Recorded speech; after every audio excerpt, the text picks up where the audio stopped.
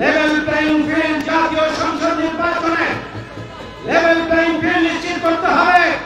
আইন শৃঙ্খলা বাহিনীর নিরপেক্ষ ভূমিকা, জনপ্রশাসন এবং অন্তর্বর্তীকালীন সরকারের নিরপেক্ষ ভূমিকা নিশ্চিত করতে হবে। খুনিদের বিচার করতে হবে এবং খুনিদের দোষর জাতীয় পার্টি এবং বাম রাজনৈতিক দল যেগুলো শেখ হাসিনাকে চোদ্দ দল যারা শেখ হাসিনাকে স্বৈরাচার এবং ফ্যাসিস্ট বানানোর জন্য ধারাবাহিকভাবে 17.5 বছর ভূমিকা পালন করে চলেছিল, তাদের কার্যক্রমকে নিষিদ্ধ করতে হবে, আনতে হবে। আমাদের দাবি পরিষ্কার, পিয়ার পদ্ধতির মাধ্যমে নির্বাচন দিতে হবে।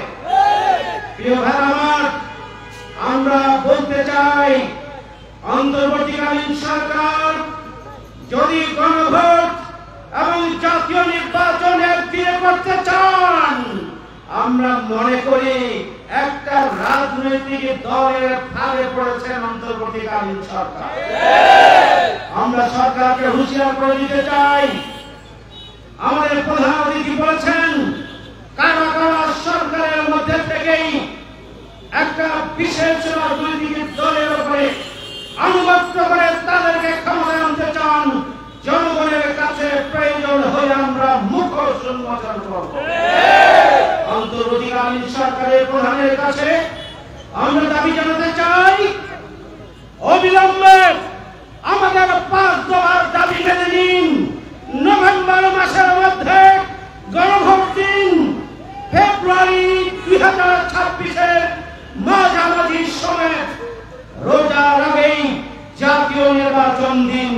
যদি গরিবেশি করেন, আজকে বলে দিতে চাই, পরবর্তী কর্মসূচি প্রয়োজন হলে আপনার বাসভবনে ঘেরাও করে সেই জন্য ঢাকাবাসীকে প্রস্তুত থাকার আহ্বান জানিয়ে এবং আমাদের আগামী 16 অক্টোবর ডিপ্লোমা ইঞ্জিনিয়ার ইনস্টিটিউশনে 5 দফা দাবি জনগণের সামনে তুলে ধরা এবং আমাদের জুলাই ঘোষণাপত্রের আইনি ভিত্তিকে নিশ্চিত করার বিষয়গুলোকে সামনে রেখে জাতীয় সেমিনার অনুষ্ঠিত হবে ইনশাআল্লাহ। সেই সেমিনারও সবাইকে ডিপ্লোমা ইঞ্জিনিয়ার ইনস্টিটিউটে সেই সেমিনারকে সফল করার জন্য আগামী দিনে আমাদের দাবি যাই ইতিমধ্যে কোন দাবিতে পরিণত হয়েছে সেটি আদায় নিশ্চিত করার দিকে আমরা এগিয়ে যাবো ইনশাআল্লাহ।